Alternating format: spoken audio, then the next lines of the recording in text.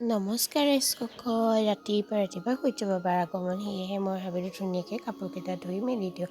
আৰু এইফালে চাওকচোন, আমাৰ ঘৰত কমলা ইমান ধুনীয়াকৈ লাগিছে, একদম মানে গছজোপা ভৰি ভৰি লাগিছিলে আৰু পিছে অলপমান সৰি গ'ল, সেইকাৰণে এতিয়া অলপমান কম দেখিছে আৰু কেমেৰাত ভালকৈ দেখিও পোৱা নাই।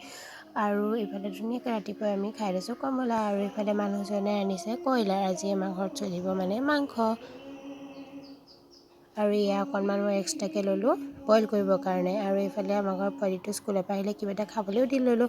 এইফালে আমাৰ বইল চিকেন ৰেডি হৈয়ে গ'ল আৰু এইফালে মাংসখিনি মছলা চছলা সানি মেলি ৰেডি কৰি লৈছোঁ।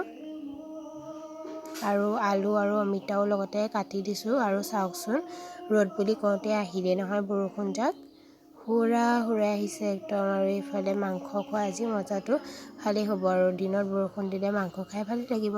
আৰু ইয়াৰ লগতে আদা নহৰু চববিলাক মই ৰেডি কৰি দিলোঁ। এইফালে তেল ঢালি দিলোঁ কেৰাহীত, আৰু লগতে মই চেনি অকণো দি দিলোঁ। মাংসত চেনি দিলে বোলে ৰংটো ধুনীয়া হয়। আৰু ইয়াতে পিঁয়াজখিনি দি এতিয়া মই ভাজি আছোঁ, আৰু মাংসখিনিও দি দিলোঁ ধুনীয়াকৈ। আৰু মাংসখিনি অকণমান ভজাৰ পাছতে মই আলু আৰু অমিতাখিনিও দি দিলোঁ। চব মানে একেলগতে ভাজি দিম, আৰু চবখিনি ভালকৈ ফ্ৰাই হ'লেহে খাই ভাল লাগে। আলু মানে ভাজিয়ে চব মানে সিজি যাবগৈ লাগিব। আৰু এতিয়া চব সিজাৰ পিছতে মই দি দিছোঁ পানী, আৰু উতল আহিবলৈ আৰম্ভ হৈয়ে গৈছে। আৰু এইফালে চাওকচোন, মাংসখন ইমান যে ধুনীয়া লাগিছে নহয় কালাৰটো, খাবলৈ পিছে খুবেই সোৱাদ হৈছিলে। আৰু আমাৰ ঘৰত আছিলে ঘুগুনিৰ ওপৰতে মাংস অকণ দি আমি খাব লৈছোঁ এতিয়া মাংস ঘুগুনি।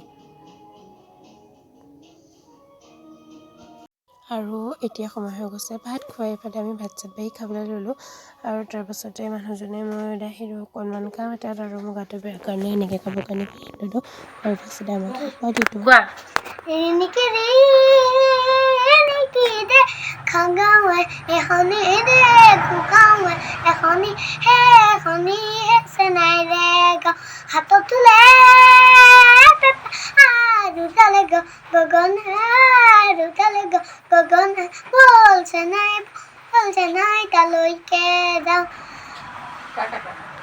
আৰু এতিয়া আমি খাব লৈছোঁ সন্ধিয়াৰ চাহকাপ।